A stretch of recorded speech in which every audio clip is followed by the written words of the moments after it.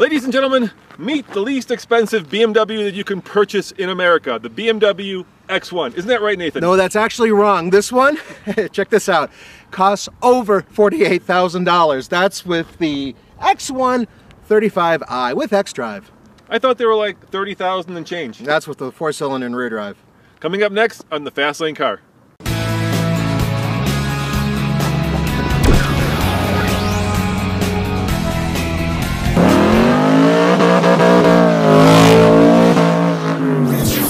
Now, if this engine looks familiar to you, it's because BMW uses it in a lot of different cars, including the 3 Series. It's BMW's twin power, inline 6, twin scroll, 1 turbo, 2 scrolls, that puts out 300 horsepower and 300 pound-feet of torque, feeds all 4 wheels through BMW's xDrive. Now, it is paired to a 6-speed automatic transmission that I think Nathan wants to point out because it is unique. I love BMW interiors. Specifically because the seats always seem to be perfect for a big fat guy like me. But this particular one, if you're used to the 3 Series, this feels like you're at home. It's a little smaller, but for the most part, that's what it is. And it's well laid out and, of course, high quality materials. There are a couple interesting things, though. For one, the transmission.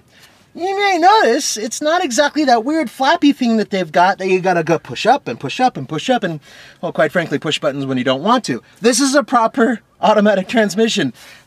Hallelujah! Here's another thing, though. This cup holder kind of looks like it was added on as a afterthought. Looks like it belongs in a Mini, not in this car. But other than that, this is a fantastic interior and, once again, cozy seats for big, big Nathan. Nathan, are you saying we're fat? No, I'm saying I'm fat. You're big boned.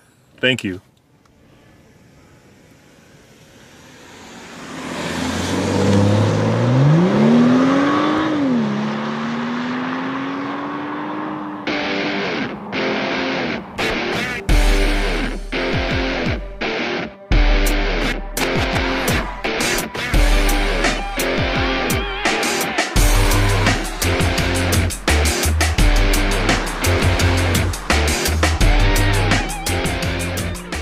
Now, while the front may be comfortable for 2 large men, the rear,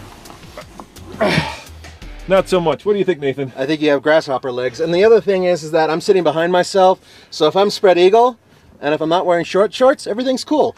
The thing is that there is pretty good headroom. You gotta admit to that. Yeah, good headroom. And once again, at least the cushion is nice. Good for the pushing. And I can put my toes under the front seat, which is also helpful. If you've got a pair of kids that aren't, 18 years old, this is usable. If you've got some friends and you want to take them on a road trip, make sure they're really short. I call shotgun.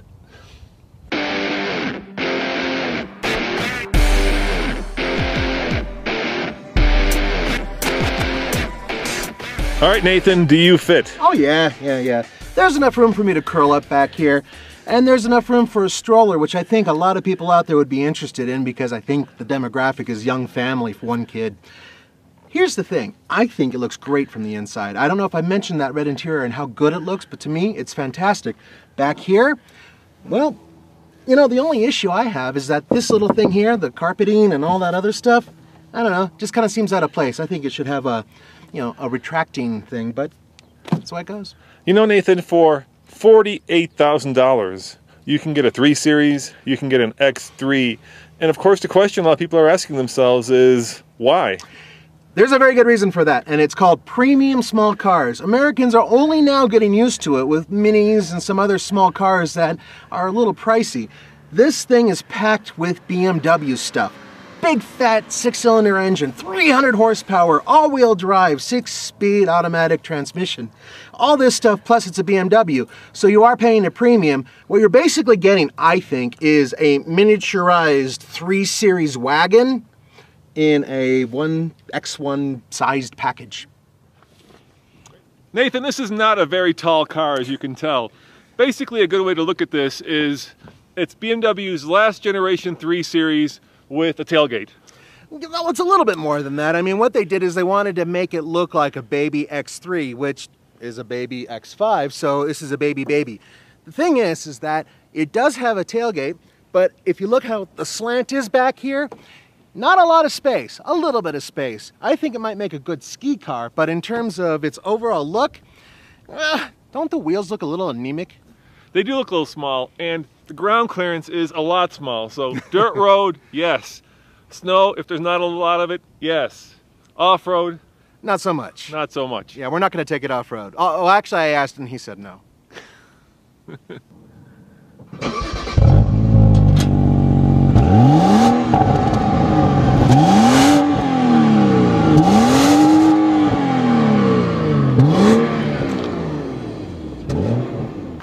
Now, Nathan and I have been kind of scratching our heads trying to figure out what this competes with. And Nathan thought it competes with... well, the Audi A3 to a degree.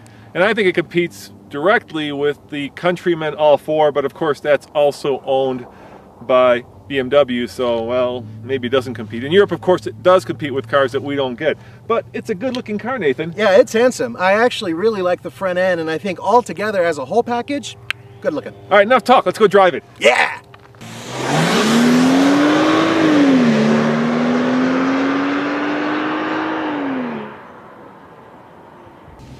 Well, folks, as Roman's setting up, I know for a fact that this car is capable of the high sixes easily.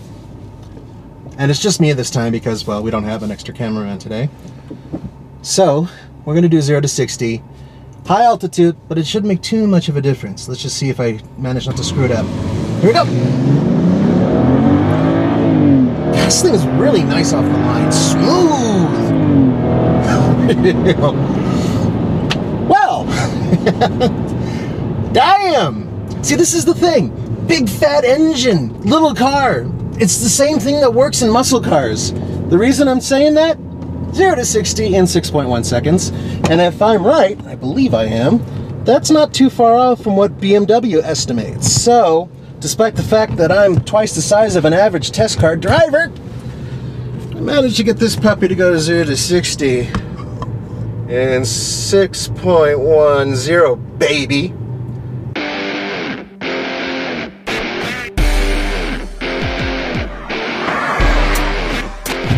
I like driving this car. It's a lot of fun. I mean, okay, I'm sure that the standard 4-cylinder engine that comes with this car, which is also twin power, is fine. But 300 horsepower, 300 pound-feet of torque in this tiny car? Yes, very, very cool. It feels like it's got an overgrowth of power. And in terms of going around corners, well, it's typical BMW, so you get a good feel for what's going on in the seat of your pants. Steering feel, decent.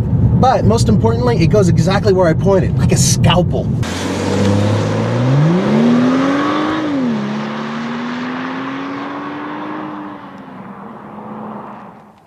All right, Nathan, fun car, very fun to drive. Question is, would you buy it, lease it, rent it, or forget it? If you take the price and push it off to the side, I'd say buy it because it is crazy powerful for such a small car. You know, I'm gonna give it a lease it, and there's a reason for that. For $48,000, I could get a Mustang GT, I could get a WRX or an STI, and perhaps more importantly, I can get a Volvo XC60, which is also turbocharged, which is better off-road, has more room, is just as safe, may not be as fun to drive, but it's certainly much more practical. Okay, but I still stick with the fact that this is fun as hell, and it is powerful, and it's got big, fat, hairy, you know what I want to say. Tires? Cojones! As always, this is Roman. And Nathan. Remember, subscribe for a new car video every day. See you next time.